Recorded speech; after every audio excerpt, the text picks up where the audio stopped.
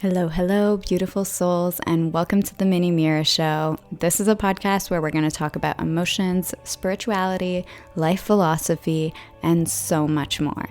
I'm your host, Amira Sookram, and I am the author of the Guilt-Free Goals book. I'm also a feelings-based yoga teacher and writing my second book about feelings-based living. So today we are going to be talking about how you can't change your emotions, but you can change other things. Let's get into it. There's this idea in therapy called Cognitive Behavioural Therapy. This asserts that you have your feelings and emotions, you have your actions and behaviors, and then you also have your thoughts and beliefs. All of these three things interact with each other. That means that when you change one, the other two will change as a result of that. So, the idea of this is that you can't change your feelings, but you can change your thoughts and your actions. Personally, for me, I find it very hard to change my thoughts, so I always go into it with the idea of goal setting and changing my actions. But there are ways to work with affirmations and, tapping, all different types of somatic work that you can do to shift your beliefs and your thoughts. So I'm going to give you a scenario. You have to renew your passport or your license, and you go to the office to do so, whatever that is in the country you live in, right? And you go to the place to do so, and there is a long lineup. You're spending at least half an hour of your time waiting in this lineup. You didn't grab a snack, you didn't grab something to eat, you came right after work, you've been dealing with people all day long. Maybe you even sat in traffic before going there, or you're going to be sitting in traffic when you leave. In this moment, you're probably feeling frustrated, you're probably feeling mistreated by the system for all these long lines, can't there be an easier way? And the thing is that in this moment, it's going to be very hard to change how you feel. You're probably hangry, your blood sugar levels, whatever, are dropping, and it's very hard to change how you feel. You might have 10 days to renew your passport, right? So you're at the office or place of renewal and you just want to renew that passport. But all these feelings are coming up. In that moment, what can you change to change your feelings? So that's the scenario, right? I want to remind you that you can always make a change to your thoughts and actions. While it's going to be hard to make a change to your feelings, CBT asserts that you can change other things, and as a result of that, your feelings will change. So that's the positive of it. The downside is that when we change our actions and thoughts, we don't necessarily know how our feelings are going to change as a result of that. So say you actually did find a snack in your purse. Maybe you found gum or something to chew on that just helps that hangry feeling. So you start chewing that and then you still feel frustrated, right? Or you message a friend and you just want to rant to them and complain and they give you a hard time why did you wait so long to renew your passport? You don't exactly know how your actions are going to impact your feelings.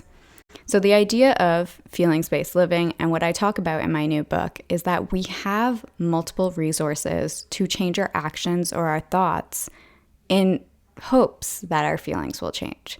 So you already exhausted two things, right? Maybe next you go into deep breathing, or you put on some meditative music, or you actually make the decision that you know what, tomorrow I can take an hour before work or during work to go and renew my passport at a time that is less busy.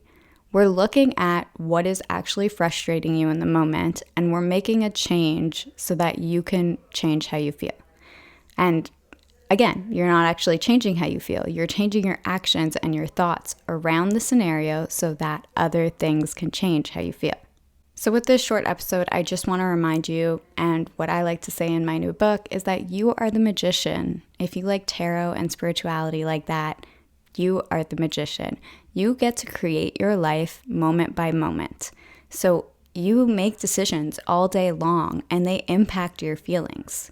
If you don't like how you're feeling, it kind of means that you have to change those actions, those decisions, and those thoughts so that you can actually enjoy your life.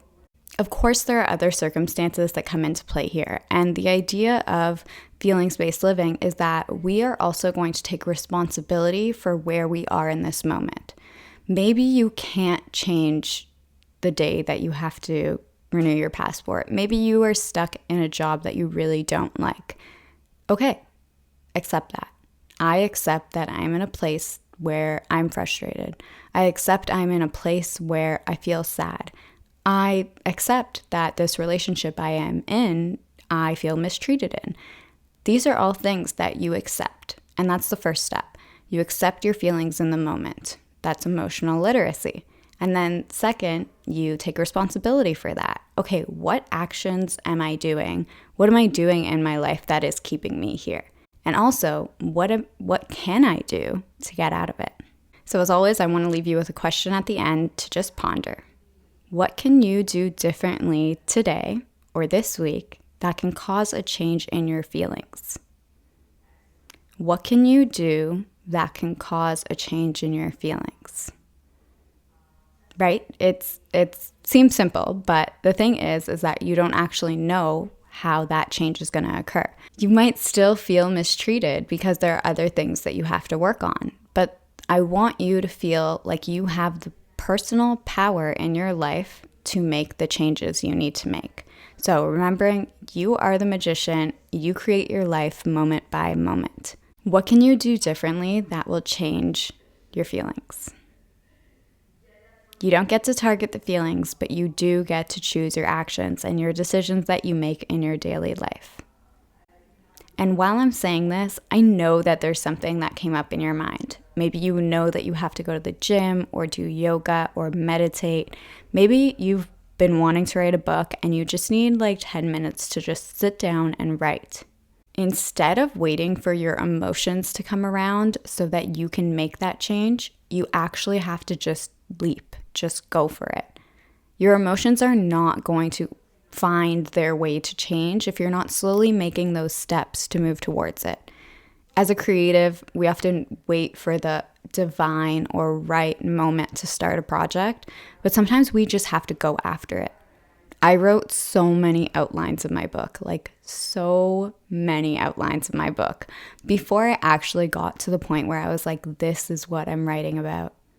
It probably took over a year for the idea of feelings-based living to come around in my writing.